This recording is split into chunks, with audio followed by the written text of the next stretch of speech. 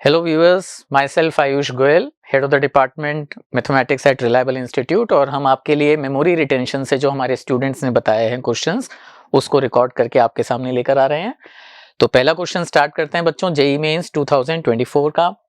पहला क्वेश्चन था कि आपको दो एपीज दे रखी थी और बहुत ही मुंडेन प्रॉब्लम था और आपको ये बोला था कि इन दोनों एपीज में कितने कॉमन टर्म्स हैं।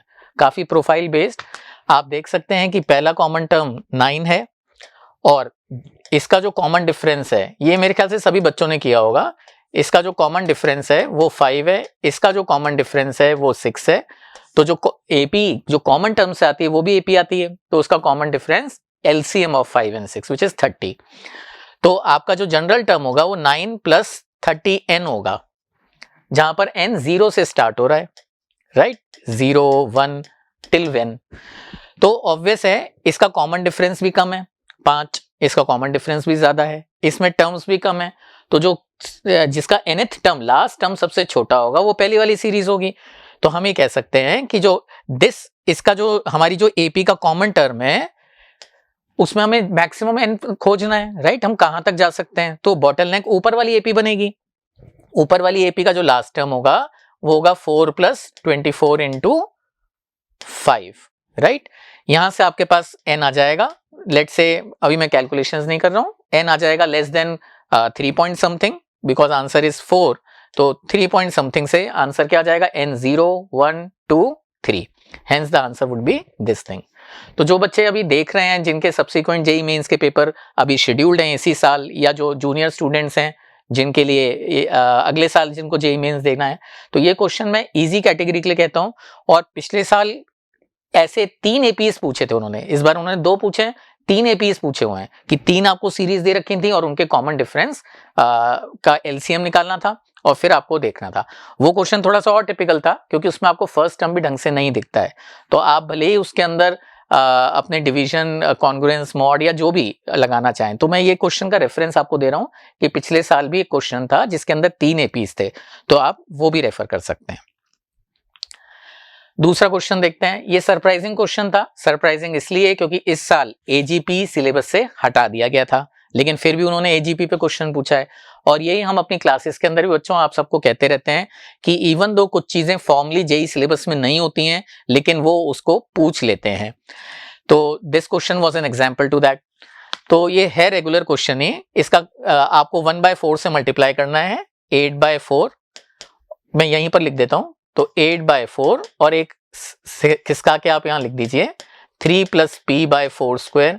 तो ये है बहुत रेगुलर प्रॉब्लम, लेकिन इन प्रिंसिपल ये सिलेबस में इस साल नहीं था, तो पूछा नहीं जाना चाहिए था।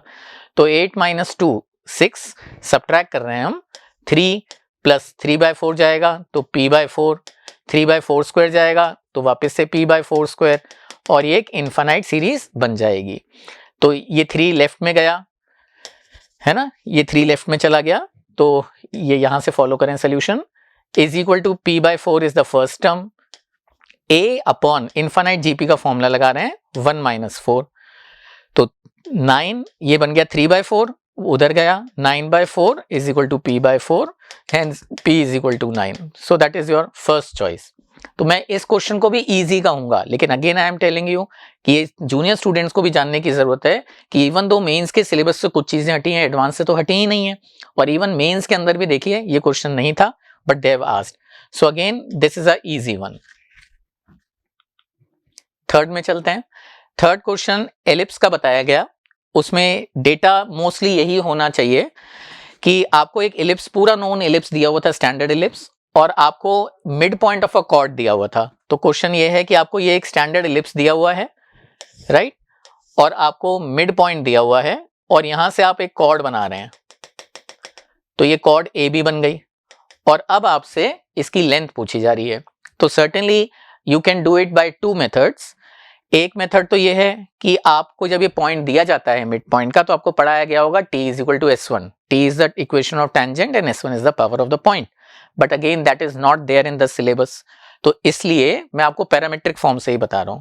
तो general point lying on this circle, on this cord is 1 + r cos theta and 2/5 + r sin theta.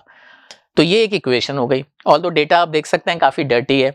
अब ये जो पॉइंट है ये आपने एलिप्स में डाल देना है, तो एलिप्स के अंदर डाल देते हैं 1 plus r square cos square theta plus 2r cos theta upon 25।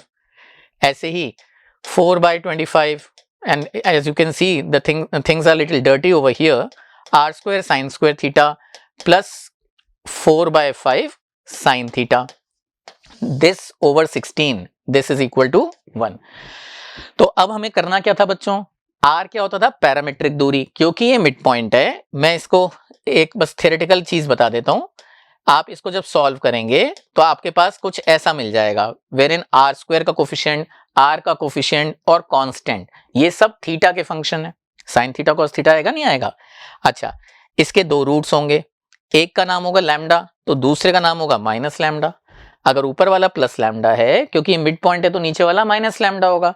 मान लीजिए ये रेशियो 2:1 होता, अगर PA 2 होता और ये 1 होता तो हम कहते कि भाई एक 2 लैम्डा है तो दूसरा माइनस लैम्डा होगा। एनीवे अभी ये है, तो अब आपको करना क्या था बच्चों, यहां से सम ऑफ द रूट्स 0 लिख कर देते आप, सम ऑफ द रूट्स। तो सम ऑफ द रूट्स हम जानते हैं -b/a, यानी कि ये b 0 हो जाता। द मोमेंट b 0 हो जाता आप ये देख सकते हैं r का coefficient cos theta sin theta में लीनियर आता, राइट। तो r का कोफिशिएंट आप इसको 0 करते सम को, तो आपके पास यहां से tan थीटा आ जाएगा कुछ, मान लीजिए 2/11 काइंड ऑफ कुछ भी आ गया। द मोमेंट आपके पास tan थीटा आया बच्चों, फिर आपको निकालना क्या है, यहां पर आपको निकालना है ये जो लैम्डा आ रहा है वो 2 लैम्डा निकालना है। तो length is nothing going to be 2 lambda, right. अच्छा, ये 2 लैम्डा कैसे निकलेगा, जो डिफरेंस ऑफ द रूट्स है, difference of the roots is nothing but 2 lambda, एक लैम्डा है और एक माइनस लैम्डा है। तो डिफरेंस का square is equal to sum का square which is certainly 0 minus 4 times product of the roots, correct। तो जो difference of the roots है that is mod of 2 times the product of the roots, correct। अच्छा, जो product है बच्चों वो हम देख सकते हैं कि यहां से c/a वो थीटा का फंक्शन होगा, आपके पास tan थीटा आ ही चुका है, आप इसे सब्स्टिट्यूट करके निकाल सकते हैं। कैलकुलेशंस इंटेंसिव रहेंगी इसमें, तो ये लेंदी है प्रॉब्लम, टफ नहीं है। और मेथड 2 आप ये कह सकते हैं कि भाई जैसा मैंने बोला कि आप t = s1, अगेन मैं थ्योरेटिकल बताता हूँ, सॉल्व नहीं कर रहा हूँ। t = s1 से आप कॉर्ड की इक्वेशन लिख सकते थे। t क्या होता था बच्चों, t होता था x(x1), ये x1 y1 है, x1 y1, तो x(x1/a²), मैं लिख देता हूँ थोड़ा सा, t = s1, तो x(x1/a² which is 25 plus y1, थोड़ा सा एक आइडिया लग जाएगा आपको conceptually, is equal to s1 की वैल्यू अगेन, तो डर्टी तो ये भी होने वाला है बच्चों, 4/25 और यहां पर by 16। अब ये जो x और y में इक्वेशन आई, you can solve it with this to make a quadratic in x, और क्वाड्रेटिक इन x के बाद आपको निकालना क्या होता था, लेंथ का square is x1 minus x2 का square plus y1 minus y2 का स्क्वायर। तो जो लेंथ होती है बच्चों, आप अगर यहां से x1 माइनस x2 खींच लो बाहर, तो वो 1 plus y1 minus y2 upon x1 minus x2। ध्यान रहे x1 y1 ये है, x2 y2 नीचे वाली चीज है, राइट। तो y1 minus y2 upon x1 minus x2 is nothing but the slope of the chord, तो 1 प्लस m²। तो आप इस ट्रेडिशनल तरीके से जाना चाहें तो इससे जा सकते हैं। I will prefer this method only. मैं हमेशा क्लास में भी कहता हूं कि आपको पैरामेट्रिक फॉर्म जब रेगुलर मेथड नहीं दिख रहा हो या रेगुलर मेथड बहुत लेंदी लग रहा हो, केवल तभी यूज करना चाहिए। तो इस क्वेश्चन को क्योंकि ये लेंदी है, मैं इसे मॉडरेट से टफ में रेट करूंगा। Conceptually again I am saying it is quite easy problem, और आप देख सकते हैं कि t = s1 सिलेबस में नहीं है, लेकिन ठीक है, इसका सरोगेट तरीका है, आपके पास दूसरा भी तरीका है, तो इसलिए I will not term this question as a out of syllabus one. Fourth question देखते हैं। आपको फोर्थ क्वेश्चन में एक पॉलिनोमियल दिया हुआ है, f(x) क्यूबिक पॉलिनोमियल है जिसके कोफिशिएंट्स खुद f के टर्म्स में नोन है, आपको f'10 पूछा है। तो बच्चों आपको इसको डिफरेंशिएट करना था, ठीक है। 3x² plus 2x f'1 plus F double dash 2। मैं अगर इसे फर्दर डिफरेंशिएट कर दूं, सेकेंड डेरिवेटिव निकाल रहे हैं अब हम, तो ये बन जाएगा 6x plus twice F dash 1। और इसका थर्ड डेरिवेटिव अगर निकालें, थर्ड डेरिवेटिव तक क्यों जा रहा हूं, because my interest lies in F double dash 3।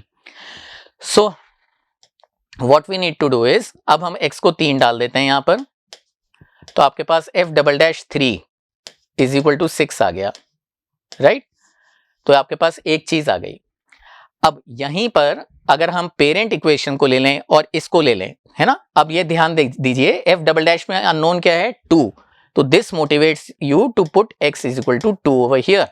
तो अब आपके पास इक्वेशन बन गई F double dash 2 is equal to, मैं x को 2 डाल रहा हूं, 12 प्लस ट्वाइस एफ डैश 1। तो आपके पास ये एक इक्वेशन आ गई, करेक्ट? अपन पेरेंट इक्वेशन में एफ डैश की पेरेंट इक्वेशन है, एफ डैश में नोन क्या है, मतलब ऑलरेडी अननोन क्या है, 1। तो हम इस इक्वेशन में x को 1 डाल देते हैं। तो इस इक्वेशन में x को 1 डालेंगे तो देखिए हमारे पास क्या बन गया, F dash 1 is equal to 3 plus twice F dash 1 plus F double dash 2, correct?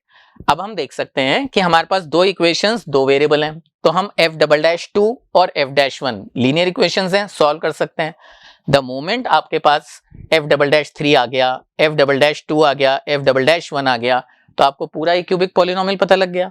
Cubic polynomial पता लगने के बाद आपसे एक वैल्यू पूछी जा रही है एफ डैश 10, तो आप एफ डैश 10 यहीं, क्यूबिक पॉलिनोमियल की जरूरत ही नहीं है, आप एफ डैश 10 यहां से निकाल सकते हैं अब, क्योंकि आपने एक्स को 10 डाल देना है, तो एफ डैश 1 और एफ डबल डैश 2 आपको ऑलरेडी नोन है, तो ये भी पता लग जाएगा। तो ये क्वेश्चन लेंदी भी नहीं है, इसलिए मैं इस क्वेश्चन को एक इजी क्वेश्चन रेट करना चाहूंगा। तो चलो बच्चों, फिफ्थ क्वेश्चन पे चलते हैं। अब ये क्वेश्चन सबसे आसान था, जो मैंने अभी तक 4 क्वेश्चंस डिस्कस करे, उसके बाद जो ये 5वां आया, ये सबसे बेहद आसान। सभी बच्चों ने एकदम भिड़ते से रैशनलाइजेशन सोच लिया होगा। तो 0 से 1 रैशनलाइज करेंगे तो x plus 3 minus x plus 1 और नीचे 2 आ जाएगा, राइट? अब इसको इंटीग्रेट कर दें तो x प्लस 3 की पावर 3/2 माइनस x प्लस 1 की पावर 3/2 और 3/2 पावर नीचे जाएगी तो 1/3 बच जाएगा। अब 0 से 1 फर्दर इसे सॉल्व कर लीजिए, 1 डालेंगे तो ये 4 बन जाएगा, 4 का स्क्वायर रूट 2 और 2 का क्यूब 8, माइनस 0 डालेंगे तो ये 3 रूट 3 बन जाएगा, माइनस 1 डालेंगे तो ये 2 रूट 2 बन जाएगा और 0 डालेंगे तो ये 1 बन जाएगा। तो इसको सॉल्व कर लीजिए, 1/3 times 9 minus 2 root 2 minus 3 root 3। तो अब आप देख सकते हैं you can evaluate A B C. इसमें ये जो वैल्यू पूछी हुई है, ये स्टूडेंट ने कहा था कि भाई सर थोड़ा सा कुछ और कॉम्बिनेशंस हो सकते हैं इसके, आई डोंट नो। ए और बी सी में लीनियर पूछा है, मतलब it can be 4a plus 7b plus 5c something like this. हमने ये थोड़ा अपने थॉट से बनाया है कि शायद ये पूछा होगा, क्योंकि इससे एक इंटीजर आंसर हम निकाल पाए। तो वो कोई नॉन इंटेलेक्चुअल बात भी है। योर फोकस शुड बी कि एक क्वेश्चन डेफिनेट इंटीग्रेशन का सीधा सा आया था। तो in all the first 5 questions which I have recorded are not very challenging. उनमें से एक कोनिक का, जैसे कोऑर्डिनेट में हमेशा ही प्रॉब्लम बहुत लेंदी रहते हैं, तो एक लेंदी था, और एक एजीपी का क्वेश्चन जो थियोरेटिकली सिलेबस में नहीं था लेकिन वो पूछा गया था। आई होप आपका जो बच्चों ने इस साल पेपर दिया और वीडियो देख रहे हैं, आपका पेपर बहुत अच्छा गया होगा। जो देख रहे हैं इस आशा में कि ऐसा ही क्लू नेक्स्ट पेपर में मिले, तो आई विश आपका वो पेपर अच्छा जाए। और जो जूनियर स्टूडेंट्स हैं, जो देख सकते हैं कि आपको जो क्लास में पढ़ाया जा रहा है बिल्कुल प्रोफाइल बेस्ड वही चीजें आ रही हैं। All you need to do is accuracy, और उन चीजों को बेहतर रिटेन करें। Thank you.